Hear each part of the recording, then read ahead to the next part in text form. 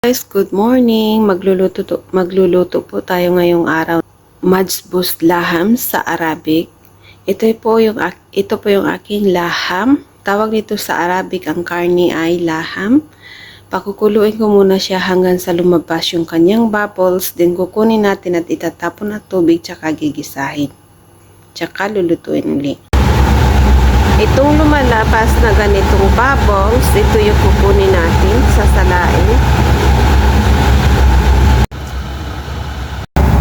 Pinatay ko na, ngayon kukunin na natin yung laham dito.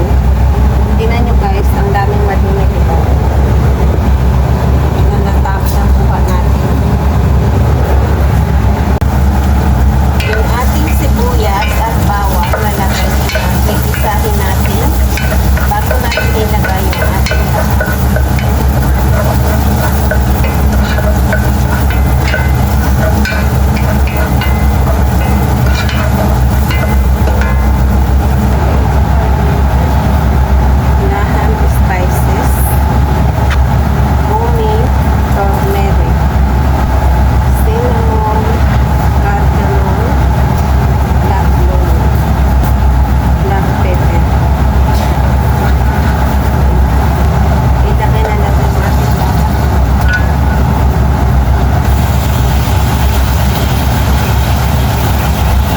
Hinugasan ko uli ito ng ining tubig bago ko siya ilagay.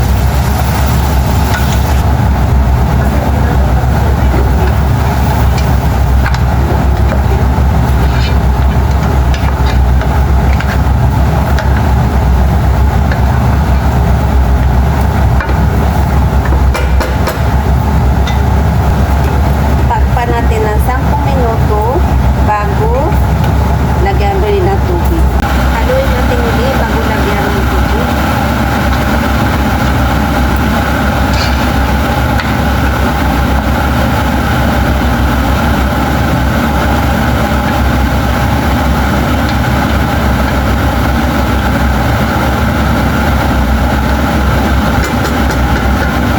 Yung ating Arabic seed.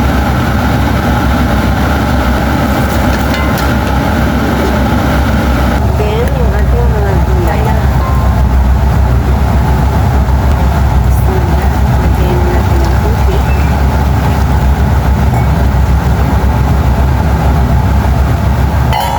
Lutuin natin ngayon ng 3 oras hanggang sa maluto yung ating laham bago natin siya hahanguin.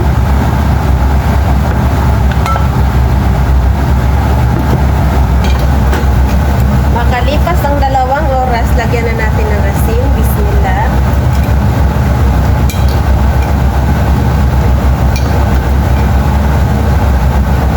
Or teaspoon. Haluin natin. Bukuin pa natin ng 1 oras, then hahanguin na natin. Kasi ito na yung ating laham, luto na. Ngayon, gigisahin na natin ang sibuyas para pagkain. Haluin natin ang tubig para hindi masulok. Laham, pagkarat. Rosemary. Haluin. Lagay na natin ang bigas.